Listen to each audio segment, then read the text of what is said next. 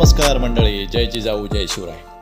आज आपल्याला अशा ठिकाणी जायचं आहे ज्या ठिकाणी एका बलदंड शरीरयष्टीचा राक्षस, धूर्त, कपट, कारस्थानी आणि अत्यंत क्रूर अशा राक्षसाचा वध केला होता त्या किल्ले प्रतापगडावर. आता आपण बघत असाल माझ्या मागे तुम्हाला दिसतोय तो किल्ले प्रतापगड.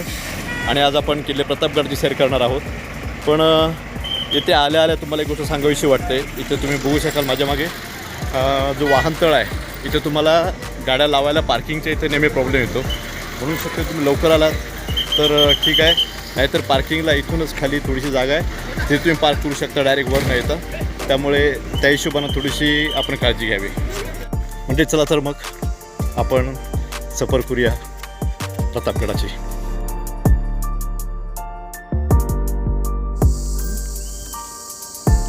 तर कशी आहे स्ट्रॉबेरी? 400 रुपये किलो आहे. 400 रुपये किलो. पॅकेट आहे. आणि हे कंटेनर असे कसे आहेत? 50.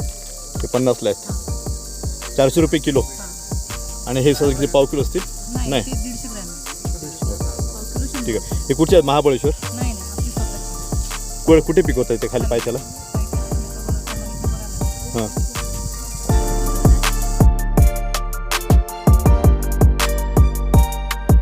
मंडळी, आपल्यापैकी बऱ्याच जणांनी हा फोटो पाठ्यपुस्तकांमधून पाहिला असेल, पण हा प्रतापगड नाही, हा आहे प्रतापगडाचा एक बुरुज.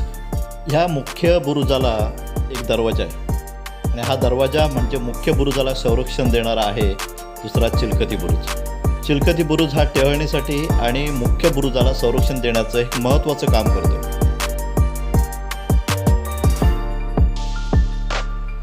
आतून 2 ते 3 पहारेकरी सहजपणे फिरू शकतील एवढी मोकळी जागा.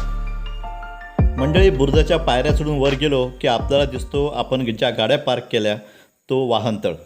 मात्र हा बुरुज म्हणजे प्रतापगड नाही, तर प्रतापगड राहतो आपल्या मागच्या बाजूला. तुम्ही बघू शकता, हा आहे किल्ले प्रतापगड.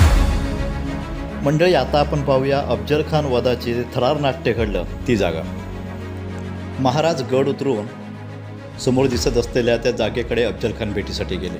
तुम्ही पाहू शकता समोर ती जी मोकळी जागा आहे, त्या ठिकाणी कबर आहे आणि तिथे आता जाण्यासाठी पर्यटकांना परवानगी नाही आहे, कारण तिथे पोलीस बंदोबस्त असतो. आणि ज्यावेळी घटना घडली त्यावेळी ह्या बुरुजावरून गडावरील काही लोकांनी समोर घडलेलं ते थरार नाट्य पाहिलं असेल. त्यानंतर झालेली लढाई आणि या अवघ्या रानातून उठलेलं रणकंदन काही लोकांनी ह्या बुरुजावरूनही पाहिलं असेल. आणि हीच ती जागा ज्या ठिकाणी मातीत अफजल खानाला गाडला आहे.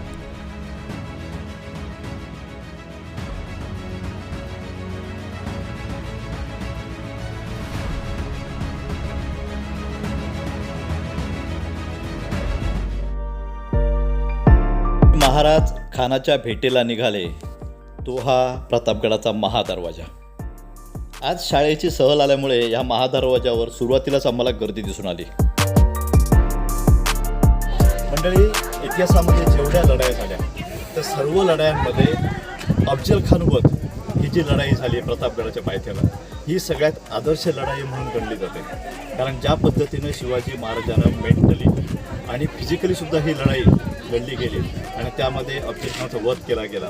त्यामध्ये शिवाजी महाराजांनी केलेलं योग्य नियोजन आणि अफजल खानाला मी घाबरलो आहे असं भासवून त्याला ह्या प्रतापगडाच्या जवळ आणणं आणि त्याला कोंडीत पकडून कोंडीत एवढ्या मोठ्या सैन्याला गाठून त्यांना मारणं आणि त्याची कत्तल करणं, त्याची परतीच्या वाटेसुद्धा कापून टाकणं. अक्षरशः फाजल खान म्हणजे अफजल खानाचा मुलगा हा स्वतःचा जीव वाचवून कसं तरी इथून पळाला.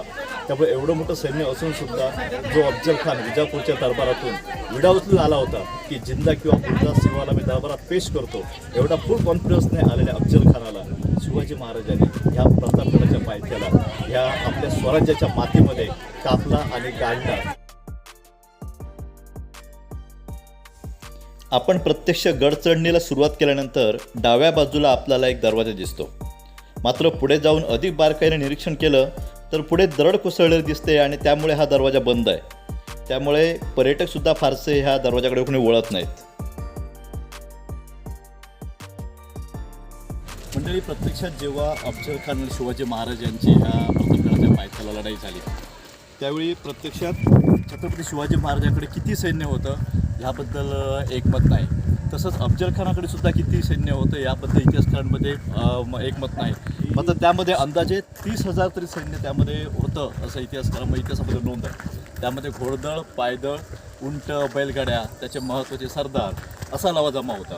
मात्र शेवटच्या क्षणाला छत्रपती शिवाजी महाराजांनी गनिमी कावा करून त्याच्यासोबत त्याने फक्त आपले 10 महत्त्वाचे अंगरक्षक आणावेत आणि शिवाजी महाराज यांच्यासोबत महत्त्वाचे 10 अंगरक्षक जातील अशी योजना आखली आणि आपला वकील अफजलखानाकडे पाठवला. अफजलखानाने शिवाजी महाराज घाबरले आहेत आणि त्यांना सहज मारणं सोपं आहे अशा एका कॉन्फिडन्समध्ये ही अट त्यानं मान्य केली. आणि अशावेळी शिवाजी महाराजांनी आपल्या स्वतःसोबत येसाजी कंक, तानाजी मालुसरे, कान्हाजी जेदे अशी काही निवडक जी हत्यारबंद किंवा जी लढाईमध्ये तरबेज होती अशी शूर पराक्रमी लोकं आपल्यासोबत घेतली आणि ही भेट घडवून आणली. खरं म्हणजे शिवाजी महाराजांनी हा जो गनिमी कावा केला तर एकतर प्रतापगडात हे संपूर्ण जंगल, काटेरी जंगल आणि घनदाट जंगल अशा जंगलामध्ये अफजलखानाला खालून एक ठराविक सैन्यासोबतच इथं आणणं हे एक मोठं कसब शिवाजी महाराजांनी पार पडलं होतं. आणि म्हणून शिवाजी महाराजांना ही लढाई जिंकणं एकदम सोपं केलं गेलं आणि म्हणून प्रतापगडाच्या पायथ्याला हा महापराक्रम, महाप्रताप घडला आणि म्हणून हा प्रतापगड म्हणून प्रसिद्धी झाला. इथून सुरू होतो प्रतापगडाचा बालेकिल्ला, ज्या ठिकाणी काही महत्त्वाच्या वास्तू होत्या आणि त्यामधलंच एक मंदिर म्हणजे हे आई भवानी देवीचं आणि महाराजांनी स्वतः प्रतिष्ठापना केलेलं हे एक भवानी देवीचं मंदिर. मंदिराच्या बाहेर आजही काही तोफा या सुस्थितीत ठेवल्या आढळून येतात. अर्थात ह्या तोफा एका सैनिकाने किंवा एका माणसाने वापरता येतील अशा तोफा आहेत.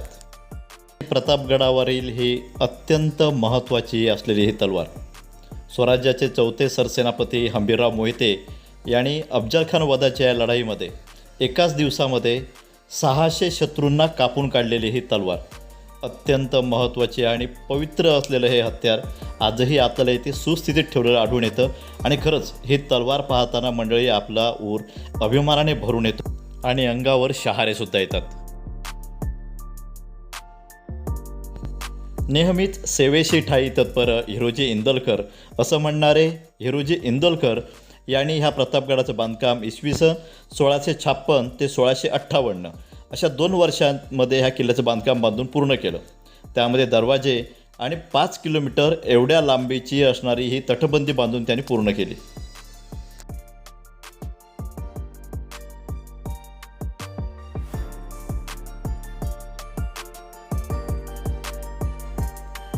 ज्या ठिकाणी पूर्वी छत्रपती शिवाजी महाराजांचा राहण्याचा राजवाडा होता त्या ठिकाणी आज आपल्याला 36 फूट उंचीची अश्वारूढ असलेली मूर्ती पाहायला मिळते.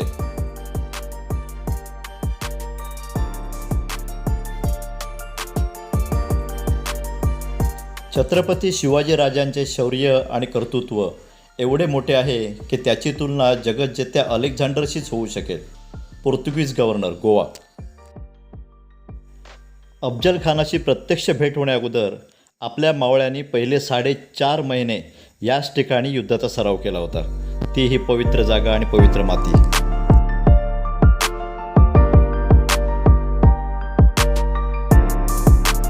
हे गडावरील श्री केदारेश्वराचे मंदिर. सन 1656 साली गडाचे बांधकामाच्या वेळी हे स्वयंभू शिवलिंग सापडले. पूर्वी महाराज महत्त्वाचे निर्णय श्री केदारेश्वर मंदिराच्या समोर दरबाराच्या जागेत घ्यायचे. अफजलखानाच्या भेटीला जाताना महाराजांनी ह्या केदारेश्वराला रुद्राभिषेक करूनच नंतर महाराज अफजलाच्या भेटीला गेले होते. सध्या पुरातत्व विभागाच्या वतीने ह्या किल्ल्याच्या डागडुजीचं काम सुरू आहे. मंडळी, किल्ले प्रतापगड आता बऱ्यापैकी पाहून झाला होता आणि आम्ही आता निघालो परतीच्या प्रवासाला. मात्र गड उतार होत असताना महाराजांनी दाखवलेलं धाडस, त्यांनी अफजलखानाला मारण्यासाठी केलेलं अभूतपूर्व नियोजन आणि सगळ्यात महत्त्वाचं अधर्माशी लढताना वापरलेली धर्माची वाघनखं मनात कुठेतरी खोलवर रुतून बसली. हा किल्ले प्रतापगड आणि महाराजांनी केलेला पराक्रम पुढच्या अनेक पिढ्यांना प्रेरणा देत राहील हे मात्र निश्चित. पुन्हा एकदा छत्रपती शिवाजी महाराजांना मानाचा मुजरा करून मंडळी आपला हा प्रतापगडचा ट्रेक इथेच थांबवूया आणि पुन्हा भेटूया अशाच एका नव्या आणि छान व्हिडिओसोबत.